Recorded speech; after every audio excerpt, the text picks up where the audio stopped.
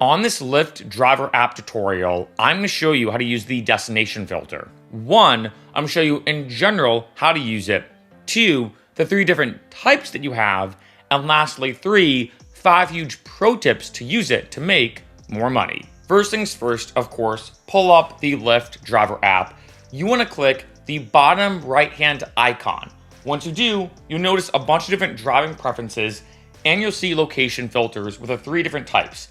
Head to destination, arrive on time, and stay within area, and you'll see 2 out of 2 filters left.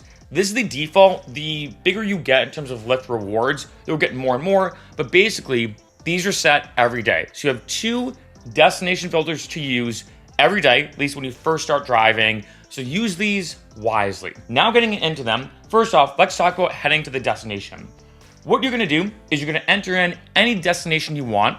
Up to you, you can pick your home, you can pick a random location, whatever the case is. And once you do, like say I pick the Santa Monica Pier, for example, you'll notice I can adjust the drop-off area.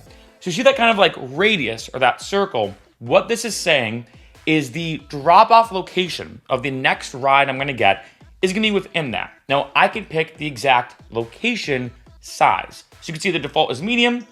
I can then go to small or then large. Now, as you can imagine, the bigger that is, the more likely you are to get a ride, but it might not be as close to that destination as you want. The smaller it is, the closer it's going to be to that destination, but maybe a bit harder to get the ride. Just keep that in mind. Next, let's talk about arriving on time. This is a really cool one that, again, I'm going to pick a destination. So let's say I pick the Santa Monica Pier again. When I go here, you're going to notice I can set my arrival time. So let's say I want to go to the Santa Monica Pier from where I'm at right now. It's about a 20-ish minute drive. It says 19 minutes. With LA traffic, it's probably closer to like 25, to be honest. But what I can do is be like, okay, I kind of want to be home or at the pier at, you know what, I kind of want to meet up with my friends for like maybe the last hour of the bar. Let's go for 1 a.m., for example. What I can do is hit 1 a.m., set that filter, and then therefore I can hopefully be there in terms of my driving by 1 a.m. This is something I'm not gonna lie, I don't think is as good as the other ones, as it's kind of tough to adjust with traffic on the app, I feel like. Also, you never know if, like, say, random things pop up. I feel like this one isn't as good as the other 2, just being honest, but it is a feature nonetheless. And then lastly, let's talk about staying within an area. This is a really good one. I like this one a lot. So if you click stay within area, you'll see a radius again, kind of similar to the first one I showed you. However, you can see here, stay within the area. We'll search for rides with pickup and drop off, and that's huge, in the area you choose. The wider the area, the higher your chance of rides. As you can imagine, the smaller it is, yeah, you might stay within that radius, but it might be a bit trickier to find the pickup and drop off location in that location. So you can see I have like 10 miles on as a given radius. And then once I hit continue, you'll see this. The filter will be on for up to 180 minutes.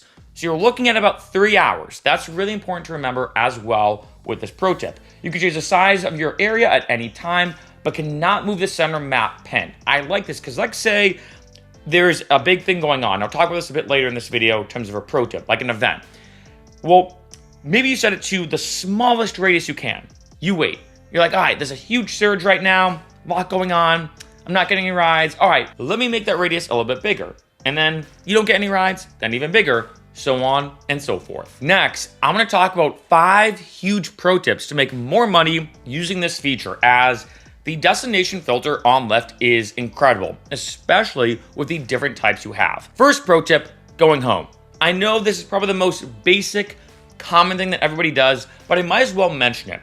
And that is this. Let's say you had a good time driving, you're done driving, and you're gonna be going home. Well, why not, if you've not used a destination filter yet, pick your destination as home. Try to make it as pigeonholed as possible, so the smallest exact point you can, and therefore, if that's you're driving, you pick somebody up and they're the street over from you, that's perfect. There was even one time, and this is true, where I was driving, about to go home, and I got a ride, and I'm like, hey, this is pretty close to my place. Perfect timing, right?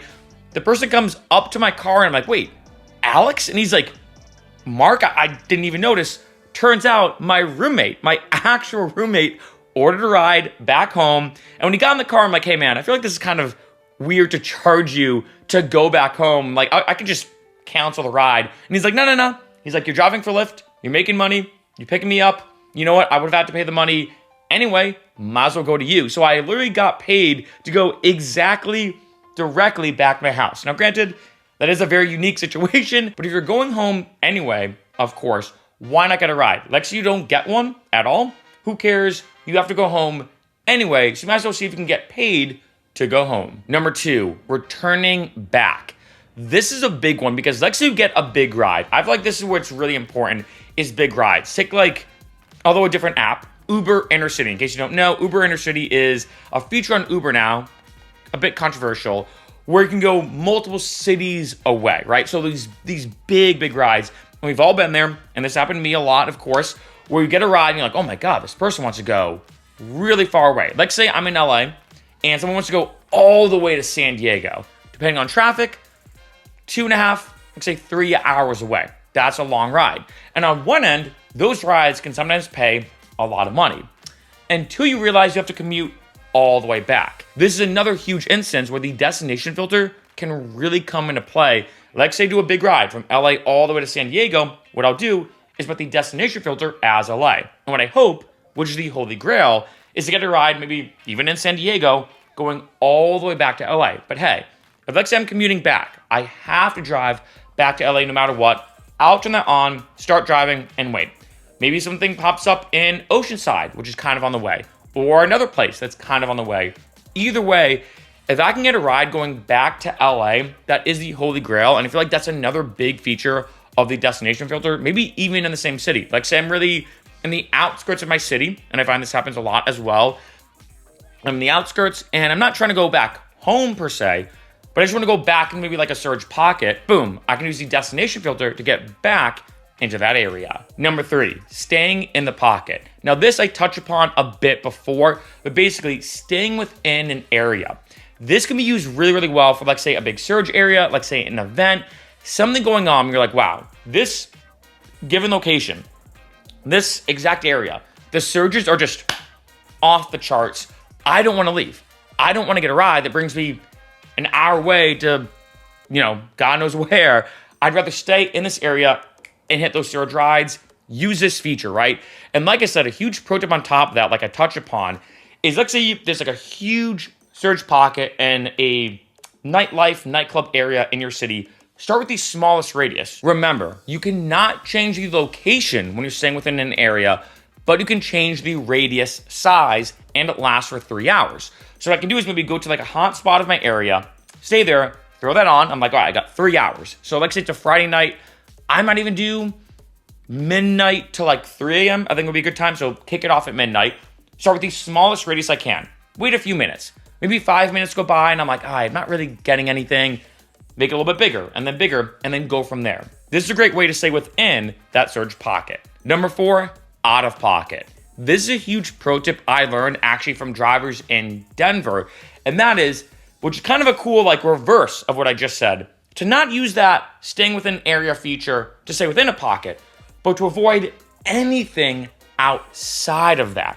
This is like a great way to kind of like flip it on its head. So for example, in case you don't know, in Denver, Colorado, the airport is, give or take, like 40, 45 minutes away from the major city, right? And I know a lot of Denver drivers have told me they hate going to the airport because you get dragged all the way out there, get dragged all the way back in, and typically the airport rides don't pay as much. So what I've heard from some drivers is, let's say in the morning, let's say you're doing the morning commuting hours, you want to avoid the airport. I've heard that from some drivers in Denver. So what they'll do is they throw on this destination filter, not necessarily to stay within Denver as much, but to avoid being dragged outside of Denver proper so they don't do any airport rides. This is a really good pro tip. Let's say you want to avoid a given area in your city. You want to avoid the airport as well. Let's say for whatever reason, there's something that you just don't want to touch. Take that radius, move it, so there's no way it's near that place you don't want to go to, and then throw it on. And last, but definitely not least, number 5, the one-hit wonder. This is a good one to do once in a while. And what I'm talking about is, let's say you're not driving per se for Lyft. Let's say you're like, hey, I am driving 45 minutes away to go to my friend's place. Sometimes I'm like, hey, well, my car is clean anyway, because it always is, right, for driving. You know what? why not throw on Lyft, put on a destination filter? I'm not planning on driving. I'm not doing like a driving sesh, so to speak.